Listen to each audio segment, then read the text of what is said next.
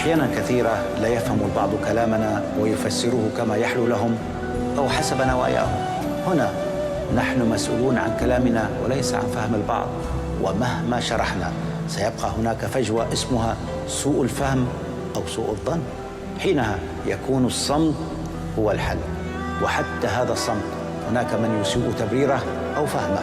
نعم، بعض العلاقات والأشخاص متعبون، وكل طاقتك بالتبرير أو ادعاء البراءة يستنسفون، وكأنك طوال الوقت متهم أو تذر الرماد في العيون. يا إخوتي ويا من تسمعون، تمر علينا أيام حتى رد السلام يكون متعبا، فرفقا بنا، رفقا بأعصابنا، رفقا بوقتنا، رفقا بصحتنا، رجاء رافقونا بسلام أو اتركونا بسلام. سلام حبيباتي، يا رب يدخل عليكم هذا الفيديو ولقاكم بألف خير. راكم تشوفوا في هذا الحسن ناجح 100%. الله يحلي كل ايامكم ويجعلها عسل في عسل. جبت لكم هذه وصفه ناجحه 100%. راكم تشوفوا في اللون الذهبي تاع التقليه تاع باش نقول لكم يستحق التجربه. هذا حسن الكازوز ولا حسن الليموناد، كل واحد كيف يسميه. ناجح كما قلت لكم 100%. اللون تاعه راكم تشوفوا شهي بدون فلترات بدون اي حاجه، راه الصوره اصليه ناتوريل. كذلك القوام تاعه يقعد بدون ما يتسكر لك مده طويله، يلحق حتى 6 شهور ما يتسكرش. تابعي معايا الفيديو للاخر حتى تكتشفوا المقادير وطريقه التحضير. وقبل ما نبداو نقولوا بسم الله توكلنا عليك يا ربي، ونصلوا وسلموا على سيدنا محمد عليه افضل الصلاه والسلام. هذا العسل فيه 3 مكونات. اولا عندك كيلو تاع السكر، هذا هو الكيلو تاع السكر، مع جبتها كما نقول لك مقادير مضبوطه. عندك قرعه تاع ليموناد تاع 1 لتر، كيلو يقابل 1 لتر. انت يدي ارخص نوعيه تاع ليموناد في المحل اللي تشري من عنده، قول اعطيني ارخص نوعيه تكون بذوق الليمون من الافضل. كذلك عندي شريحتين من الليمون، وعندي قد حبه حمص من الشب. وهذا الشب فاكولتاتيف، تقدري ديريه اللي عندك. ما عندكش ما راحش الوصفه ما راحش تسكر لك، نديها من عندي رسمي. المهم انا نبغي نزيد في الشب، نبغي نزيد في الحسل الشب. هنا في كوكوط لازم توضعي في حاجه تكون ثقيله، وضعي الكيلو تاع السكر وزيدي اليوترو تاع الليموناد.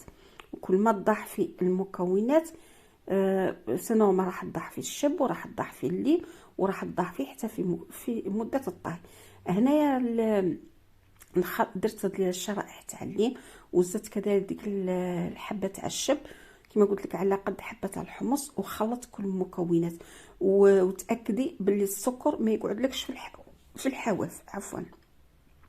بعدها راح نوضعها فوق النار، راني واضعتها فوق الغاز او ميم طون راني نحرك، ماشي نوضعها وروح نخليه، لانه اذا وضعتيه ورحتي خليتيه راح يتكرمل لك داك السكر اللي ينزل للتحت. الوغ حركي مليح، حركي حتى تشوفي باللي داك السكر داب كامل. والنار راها متوسطه، ما تزيديش للنار، ما ديريش نار قويه. هنا حركت، ومن بعد ثاني كذلك راني نزيد نكمل في التحريك. بغيت نجيبها لكم بالتفصيل باه ما تفوتك حتى حاجه، وكذلك باه تشوفي المراحل خطوه بخطوه. هنا لاحظي بعد من الزمن راح تشوفي باللي داك السكر داب كامل، كانه في لاكوكوط راه غير الماء. هنا خليه فوق النار على نار متوسطه حتى يغلي.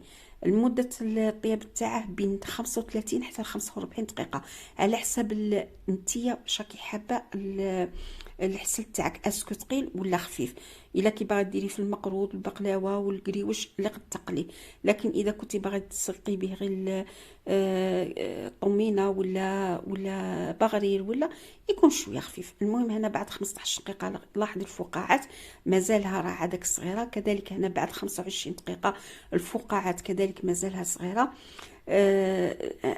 هنا لاحظي من دار هاد الفقاعات الكبار وتشوفي اللون تاعه بدا يولي ذهبي كيما هاك، وكذلك الشريحه تاع اللي بدات تكرمل، عرفي باللي الحسل تاعك راه هذاك هو.